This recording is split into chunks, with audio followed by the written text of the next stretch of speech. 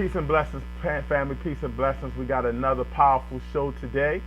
So you guys know how we do it. Before we start the show, we always got to come correct with the with our intro.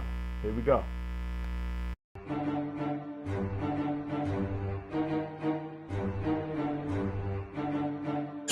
You are now tuned in to Real Truth and Power, the show that uplifts the community with health, wealth, and knowledge of self. Here's your host, Everett Winchester.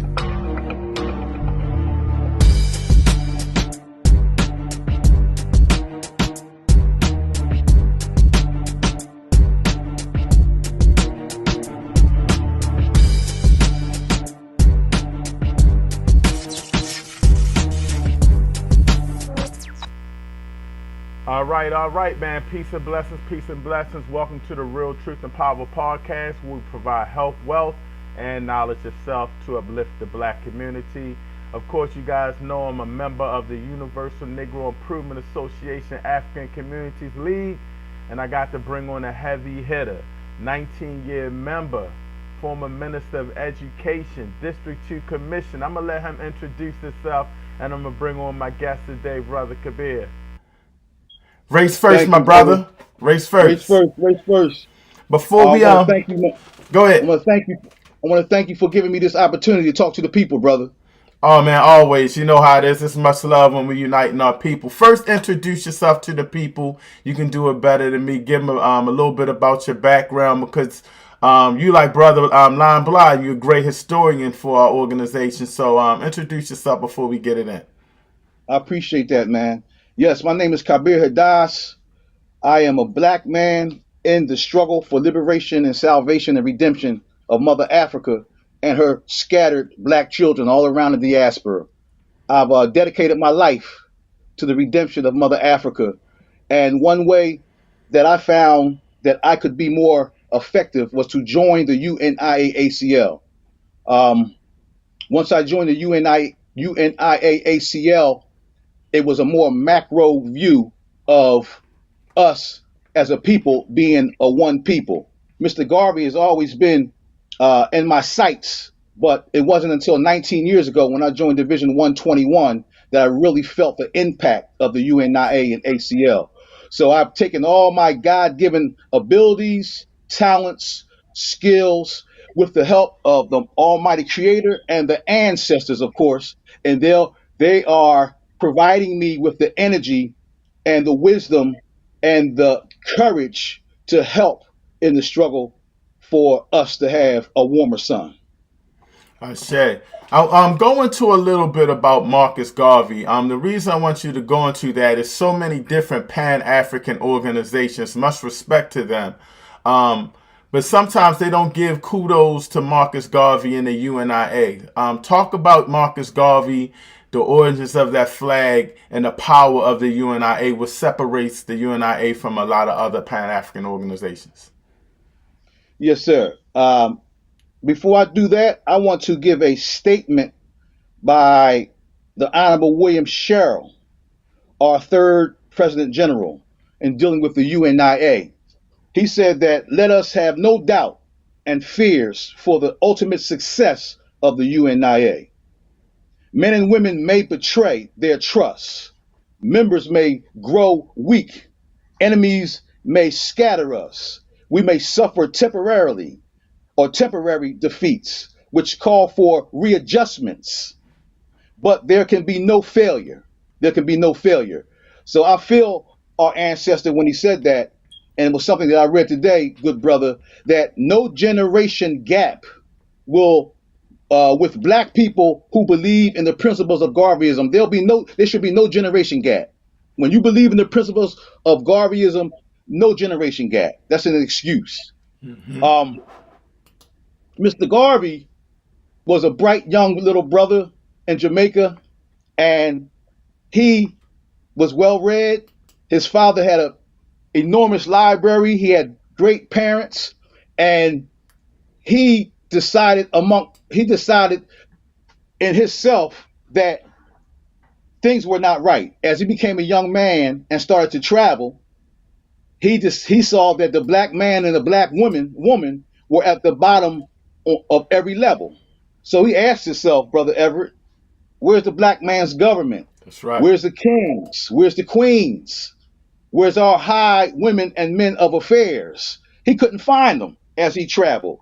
So he decided to help make them. And that's where we are today in reference to Mr. Marcus Garvey in the UNIA-ACL 1914 in Jamaica, Kingston, Jamaica. Him and his wife, Amy Ashwood Garvey, started this movement. And here we are, still pushing forward, brother. Still pushing forward.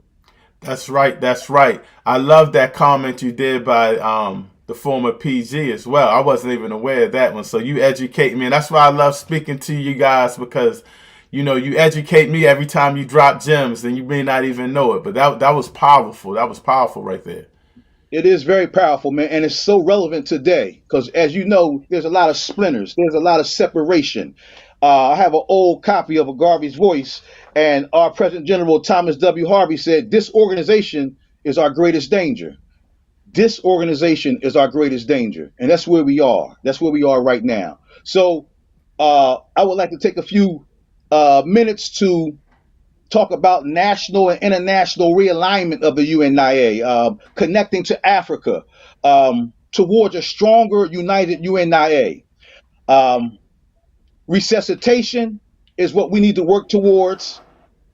Reclamation and restoration. Those are the three things. And Brother Everett, a lot of Africans don't know that they're ordinary members. Every black person of ancestry is a UNIA member. They're not aware of that. But then you have, of course, brothers like ourselves that are dues paying and active members. But Mr. Garvey had a world view of all black people. That's the difference between him and other movements, black nationalist movements. He fought for the rights of all black people worldwide. And that's the greatest good for the greatest number of black people. That's the African principle. That's what we need to be doing. One people, one people, one people, one God, one aim, one destiny. So I want to clear up a few things, if I may. As far as the legitimacy or the authenticity of who the real UNIA is, we follow that divine line of membership, you and I. You have three things that will always stand up against the devil. The white man, in my perspective, beloved, is the devil. I want to get that straight. Okay, the white man is the devil to me. And even in the courts, you have convention journals, you have Garvey's Voices, and you have your convention minutes, your HEC and convention minutes. That is your line of authenticity. That is your line with the 11 president generals. The 11 president generals. There are 11 president generals, and you and I are in that divine line. They have it's always been, since Mr. Garvey was here, the brothers and sisters pivoting and splintering off to create another entity to preach their doctrine of race first ideology. But there's only one UNIA. There's only one UNIA. And that's the bottom line with that. So, brother, I would like to, if I can, speak to the brothers and sisters about what we need, what we have to have going across the board for international and national progress within the UNIA-ACL. First, the timeline. We have to have that timeline. I know you have it, but many divisions, many brothers and sisters that are trying to push forward don't have that timeline to study and speak about amongst their membership. You need a timeline.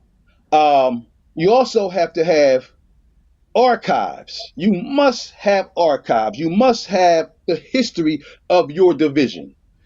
You might start small, but there must be someone that has taken the time and the effort and the sacrifice to document what is going on in your division, what has transpired in your division. Here in Philadelphia, Asim Nkrumah, he was able to write down UNIA history from 1919 to 1987. He, God bless his soul, may he rest in power, transferred that information to myself. I am the archivist for Division 121, Thomas W. Harvey Memorial Division 121, currently. Hey, Brother Khabyr, you dropping gems, so I want you to say that brother's name again so everybody can get that name. Asim Nkrumah. Asim there you Nkrumah. Go. That's right. A 40-year member of UNIA-ACL, Sergeant of Arms, and one of my mentors. I sat at his feet, and he gave me that information, and I've been working on continuing that history of Division 121, which is a very, very powerful and enlightening and influential history. Fair elections. We must be fair amongst ourselves when we have elections for leadership within the UNIA. We must have fair elections. I want to talk about the Liberty Halls. We must have some place to meet. We can't make excuses. We have to have our own property to have our mass meetings. That's essential. That's essential. Of course, you have been working very hard with us. You've been coming down to Philadelphia, working on our international headquarters, brother, the restoration progress, and we really appreciate it. You come down with not a problem. We ask you to come, you come, and you work hard. That's my duty, brother. That's the duty. Hey, brother, we appreciate that, man. We appreciate that, brother. And, you know, that building, we've had that building since 1950. And outside of Canada, that's the only building right now that the UNIA-ACL owns. That's right. Right now. So it's imperative that we treat it as such, the African embassy, and build upon it. Malcolm X spoke in that building, brother. That's right. Malcolm X spoke in that building. There have been movements, there have been leaders that have come through that particular building, 1609, 1611, Cecil B. Moore Avenue. Dr. Yusuf bin Yakinen, Asa Hilliard, the Black Panther Party, their North Philadelphia offices started there. Republic of New Africa. The list goes on. The Million Man March, the Million Woman March. The list goes on about the Black people. ASCAC met there, have met there. The Black people that have come through those doors. Now we're asking them to come back and help us restore this beacon of light. You know how strong and how big that building is. It's not going to be sold or given to Temple University. So Temple University. I wanted to definitely give some acknowledgement to that. And you know, our big brother Marua Farrell is in charge of that restoration process. So hopefully I can give his information for those who are watching to see how they can help, if not muscle monetarily. Mm-hmm. I also want brothers and sisters to focus on the exoneration campaign. Yes, we exonerated Mr. Garvey, but the exoneration campaign is it's a learning tool. It's a learning tool to continue to push. Some brothers and sisters are scared of the red, black, and green. That's They're right. not coming nowhere near the red, black, and green. That's I see right. it every day. They're not. They ride past that red, black, and green flag as if it's a disease, and it's very sad. But when you have certain movements within the UNIA, they may come and help out and learn more about the UNIA. So the exoneration of Marcus Garvey, H-Con Resolution 57, is still in the books. We need to continually work on that in our divisions. We also had a non-governmental organizational status with the United Nations. We have to continue to start thinking bigger than just the community. Mr. Garvey gave us a global perspective of the UNIA-ACL. So it is imperative that the leaders in all our divisions around, brother, particularly here in the United States, focus on and get information, which I have, on the non-governmental status of the UNIA as it relates to the United Nations. Mr. Thomas W. Harvey was very, very instrumental in providing that entity for us. Land base, Liberia, Belize, Liberia, Belize. We must have a land base. Black colonies must be created all around the globe. I had the privilege to go to Liberia in 2019 with the UNIA-ACL. They welcomed us with open arms, and that particular communication is stronger than ever now. As you know, brother, Liberia was the target where Mr. Garvey wanted to create that black empire. That's not off the table. That's not off the table. We must continue to work hard and look at what Mr. Garvey put down and continue to work on those levels, or work on that communication or those connections or that bridge. We stayed with George Weah, the president of Liberia, and those connections are there. And you know the history of the betrayal that happened, that took place with W.E.B. Du Bois going over there and undercutting Mr. Garvey and bringing in the U.S. government to seize that deal for those 1,000,000 acres, which now is owned by Firestone.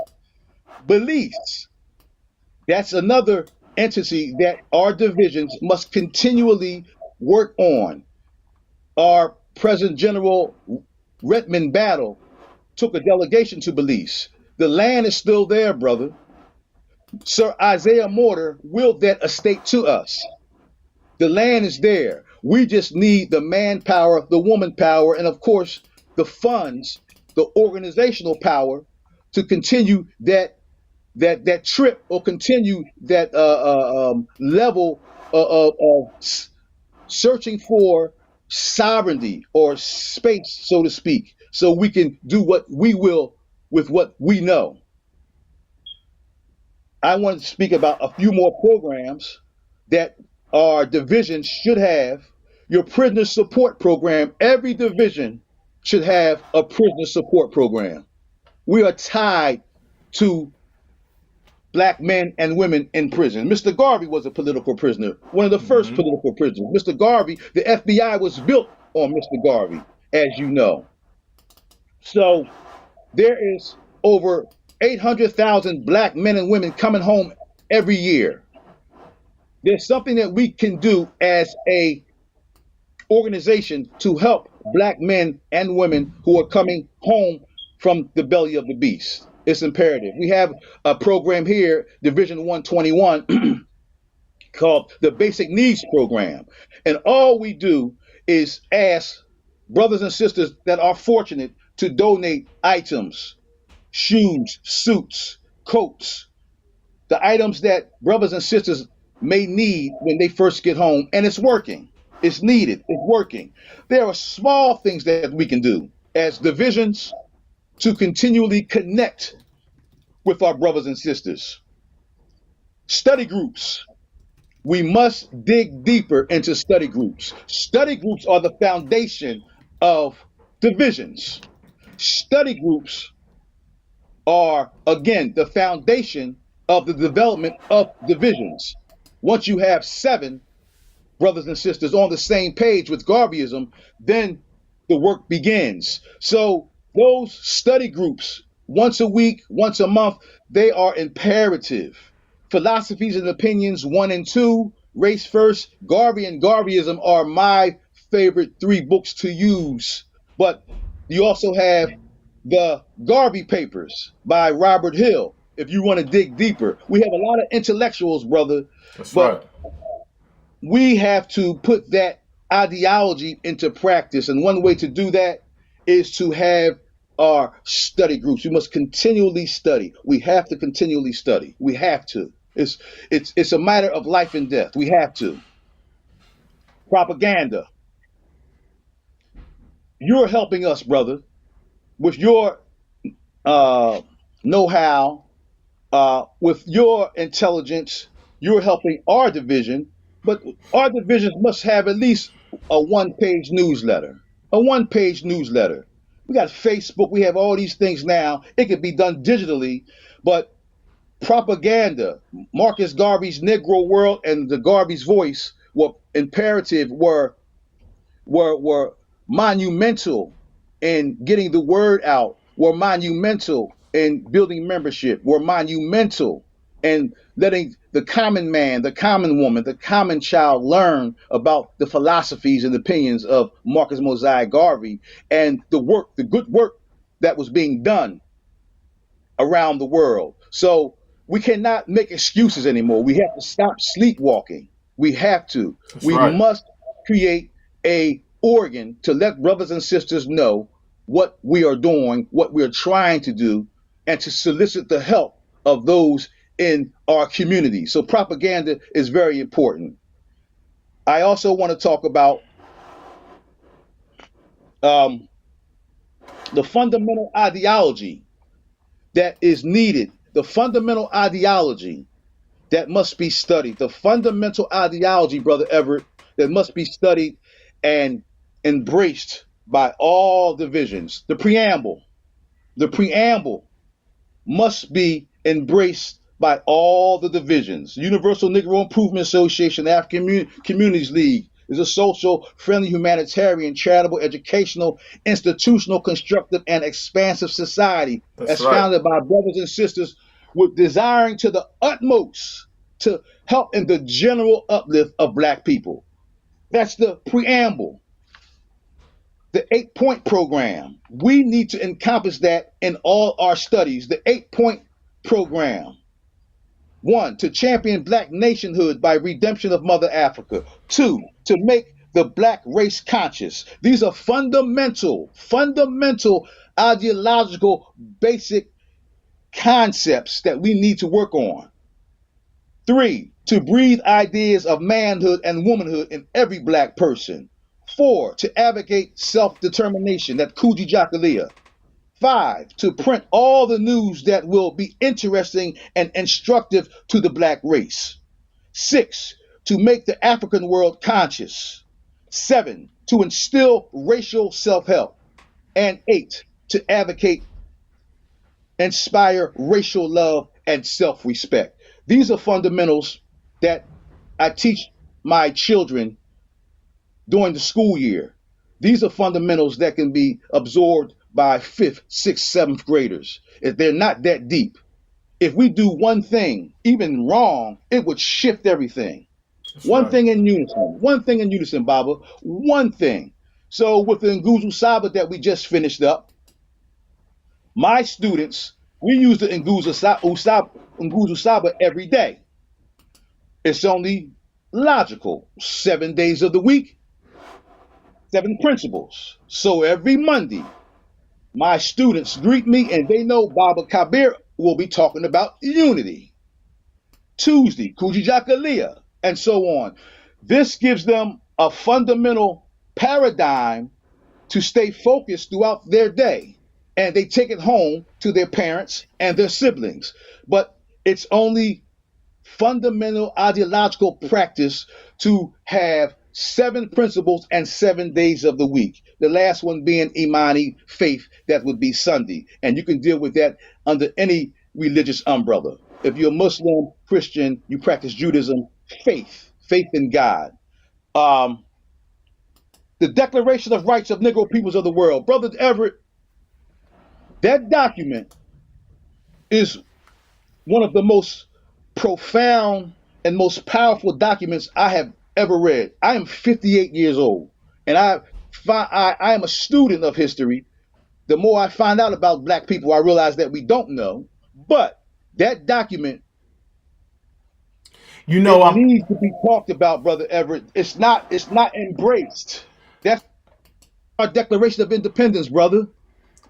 I'm glad you said that, Brother Khabyr, because a lot of people don't know about that, the Declaration of Rights. They think they know about the flag, but I want you to go in on it. It was introduced with the flag. And a lot of people don't know the importance of it and the history of the flag. They go hand in hand. hand in hand, 1920, right there in the Pax, Madison Square Garden, 25,000 Africans gave us that preamble, gave us the flag, gave us the Constitution. The Constitution. We study it, but we have not embraced it collectively as a people yet, not even as UNIA-ACL members. This document is what we forge or what we navigate throughout the world, through world politics. Like the students have to study the Declaration of Independence on a European level. And it's Squash that. correct me if I'm wrong, 12 complaints, 54 declarations, right? Yes, sir. Yes, Okay. sir. And they cover everything, Baba. They cover from reparations to self-defense. And when we are strong and united, this declaration goes out to other governments. This declaration was created by black people all around the world, not just Mr. Garvey and the UNIA members in New York. So it holds precedent over all black people. And it's something that needs to be talked about. It's something that needs to be studied on a daily basis if we are to get away or if we are to grow internationally once again. This document here, the Declaration of Rights of Negro Peoples of the World. The Constitution. Now, the Declaration of Rights of Negro Peoples of the World, brother, that's what we want, what we believe, and what we declare. The Constitution is what we will use to get what we want.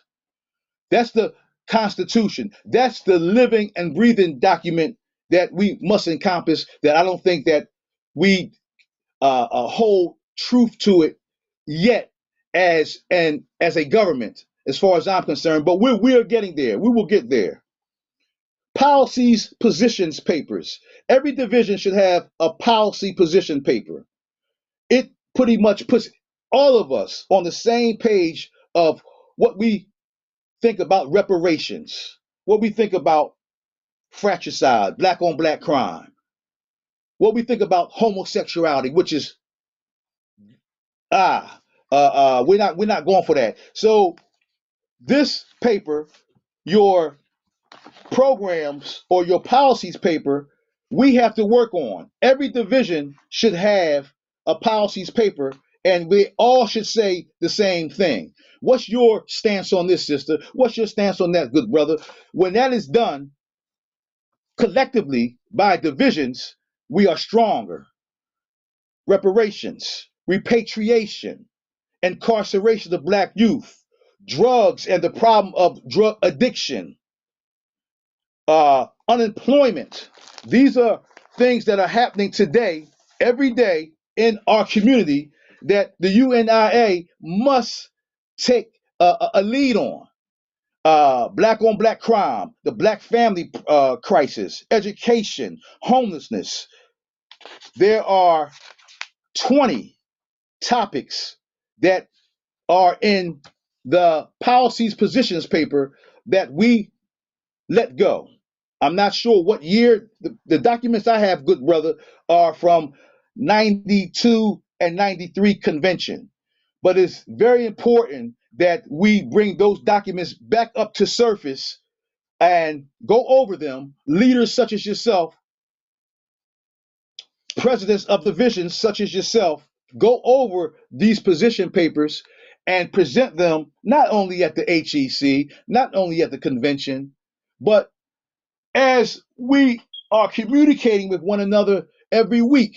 This is very important if we are to move forward as an organization in 2023. The last few things that I want to share with the brothers and sisters is your rituals and convention hymns. We have to get back to tradition. We must get back to the tradition. How to properly open up mass meetings. I've served under 4 president generals. 4. When I came into the UNIA in 2004, President General Baba Battles was at the helm. Baba Battles made his transition with the ancestors, but I had 5, 6 years to sit at his feet and learn how to open meetings properly and learn some of the hymns and some of the rituals that were passed down to our ancestors. The fact that I am turning the corner on 60, I have to pass that off to the younger Garveyites. I have to. So after President Baba made his transition, we had Mwalimu G, a strong brother, was the President General, only for 1 year. Mwalimu G, out of Detroit, good brother. He lost the election to Senghor Baye, and Senghor Baye was the President General for 8 years. Now we're under the leadership of Michael Duncan. But that's very important to know the traditions of the divisions and the traditions of the President Generals. I am very, brother, I am very, I target Africans in the UNIA that have that knew someone or were taught by someone that was taught by Mr. Garvey.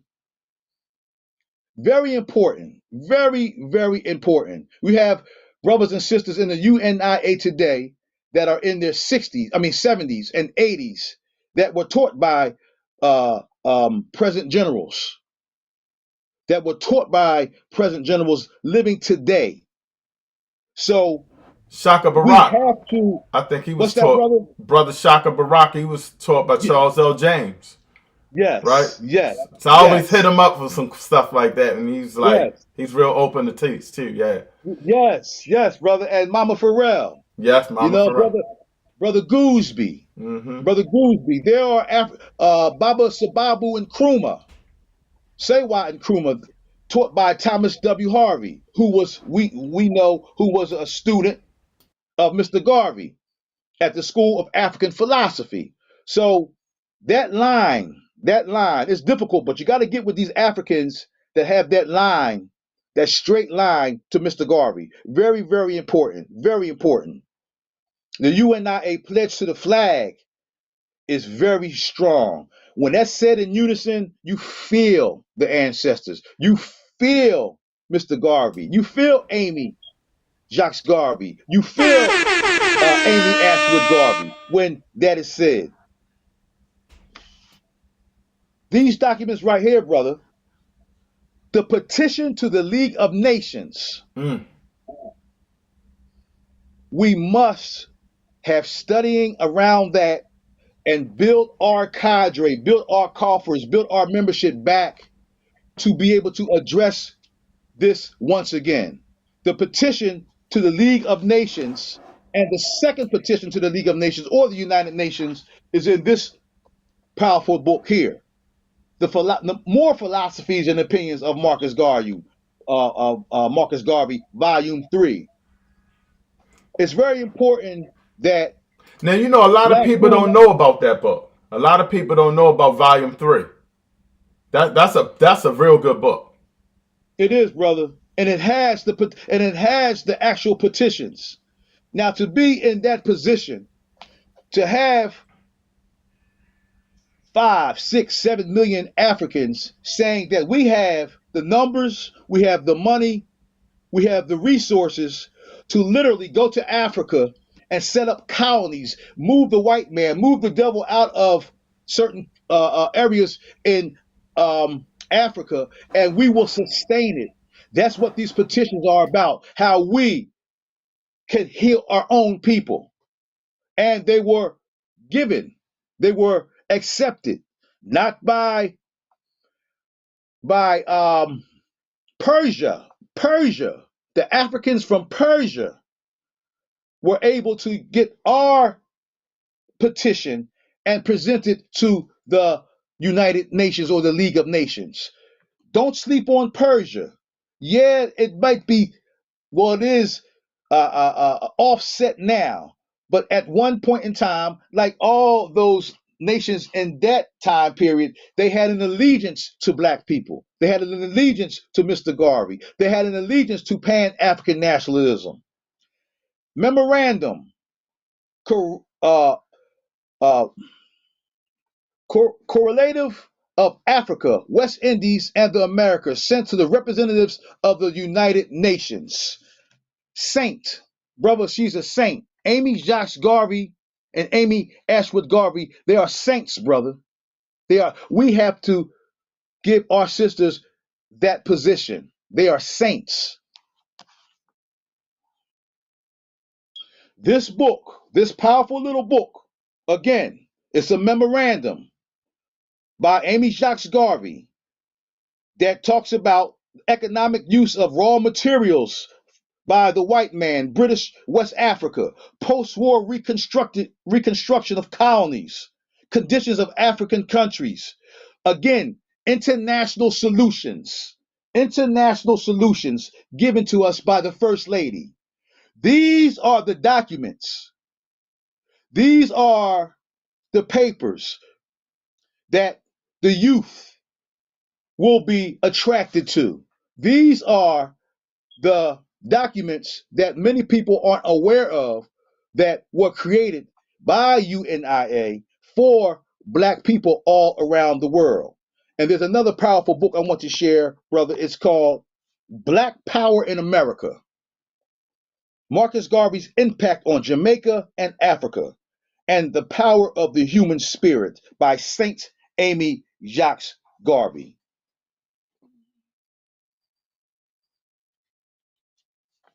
These documents that you're allowing me to share must be embraced. You must have them on your desk, which you probably do as the president of divisions. Those few documents that I talked about, those analogies that I talked about, are the fruit of what is needed. We must learn the history of these 11 men, starting with Marcus Garvey. I don't care if you like their policies or not. I don't care if you're in favor of their policies or not.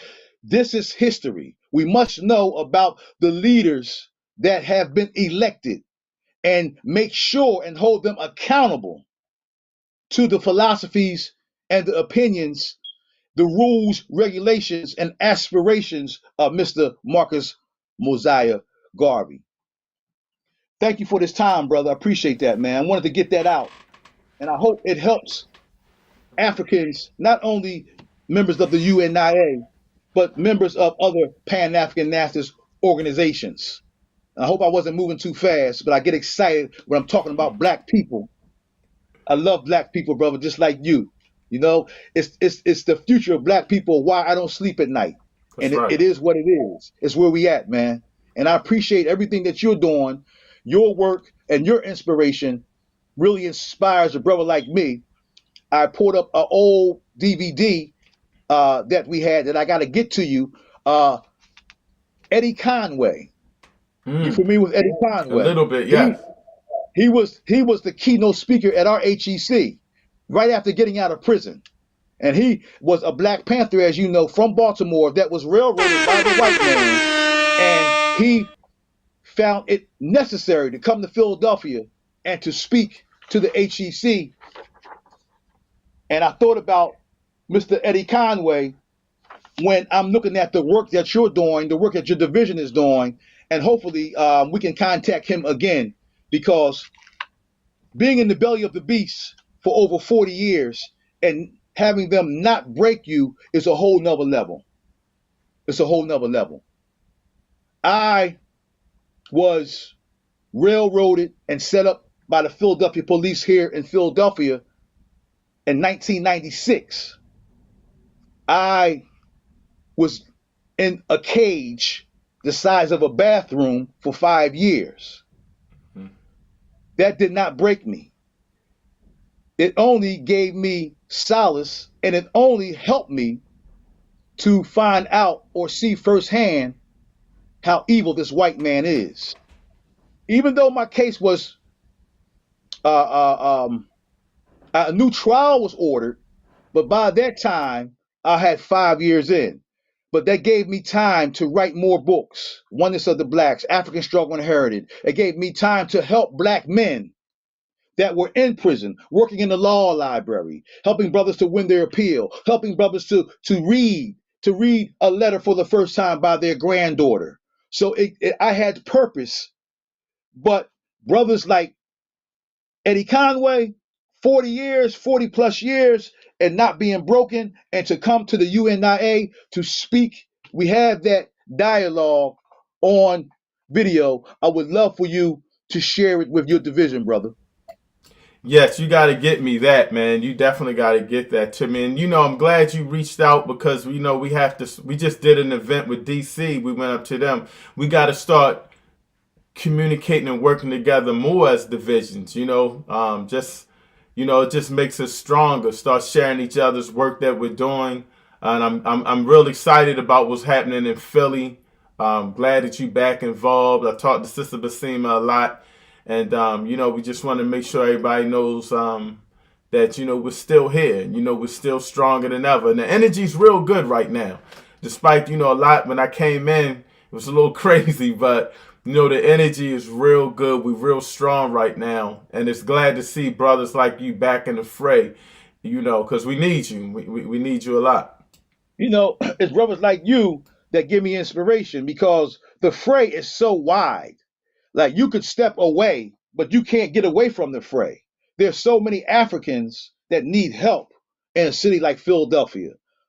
So when the leadership isn't up to par to where you think it should be, and you step back to look at a macro view, take a breath, there's still work to be done. There's plenty of work to be done. So the time periods where it's a long distance run. It's not a sprint. So when Brother Everett gets a little beaten down a little bit, somebody has to step in and help Brother Everett so he can recuperate and continue the fight. And that's all we need. That's all we have to do. But from the cradle to the grave, brother, from the cradle to the grave, man, God bless those who struggle. God bless those who struggle. Asada Shakur always says that, and that's the way it is, man. That's the way it is, brother. Well, I appreciate you. I want you to do me one favor, and I know you got a lot of quotes and stuff, but just leave the people with something, that you just want to leave them with, that just mess their minds up and have them thinking, have them encouraged, uplift them a little bit. I'll leave the people with one God, one aim, one destiny. Race first, Black power. I appreciate you, my brother. We're going to talk soon. I'm going to get you back on soon, too. I'm looking forward to it, brother. I got you covered. I want to talk about my books. Yeah, Nate, drop that real quick now, though. A couple of your books so people can know. All right. Oneness of the Blacks. Oneness of the Blacks. This book is about Garveyism. This book is about black people coming into an enlightenment and fighting against oppression, fighting against white supremacy. It's very important that brothers like ourselves write about Garveyism and the UNIA because we're in the organization. Mm-hmm. There are so many brothers and sisters that are writing about Mr. Garvey, that are writing about Garveyism, but they aren't dues-paying members. So it's important. We're right here. We're right in the fray of it, right in the whirlwind. So this book here is very important to me because it shows what we have been doing here in Philadelphia, what I have been doing, and what I have been inspired to do, and who inspired me, who taught me, who gave me those rules and regulations and guidelines to follow. So this book here, Oneness of the Black, and then I have very quickly Black Power and the Destruction of White Supremacy in the Land Called America. It's reprinted again. This book was written back in 1995. I have Economic Slavery in the Black Community, Identify, Face, and Destroy. And African Struggle Inherited. I don't have a copy of that here, but African Struggle Inherited is another book that the Creator has blessed me with and used me as a vessel to tell our story in the best interest of us. And lastly, brother, the Red, Black, and Green radio show. I have a weekly radio show called the Red, Black, and Green, Restoring Confidence and Self-Reliance. If you log on to utiradio.airtime.pro on Mondays at 8 a.m., you will hear me live. And I also have been blessed by the Creator and the ancestors to write a weekly column in Scoop USA Media Newspaper. Scoop USA Media Newspaper, a Black-owned and operated newspaper right here in Philadelphia. The Red, Black, and Green, Khabyr Hadas. Thank you for that time, brother. Anytime, my brother. Thank you. And again, race first. I'll be talking to you soon. Yes, sir. Race first.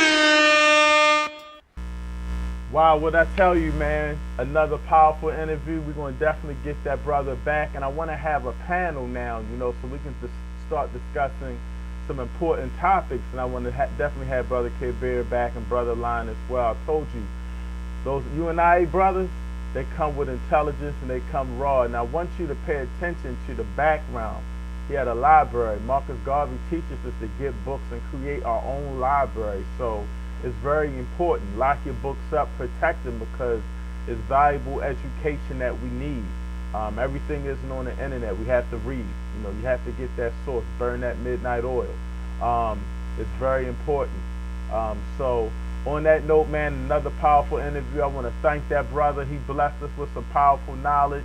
If you're interested in donating to the international headquarters, one of the historic buildings in the UNIA, hit me up.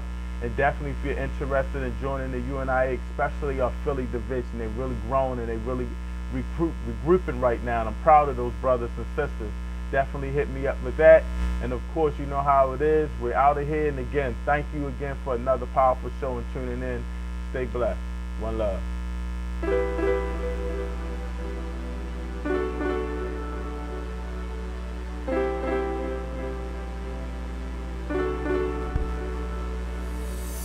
Real truth and power, health, wealth, knowledge of self, uplifting the community. Let's talk about it.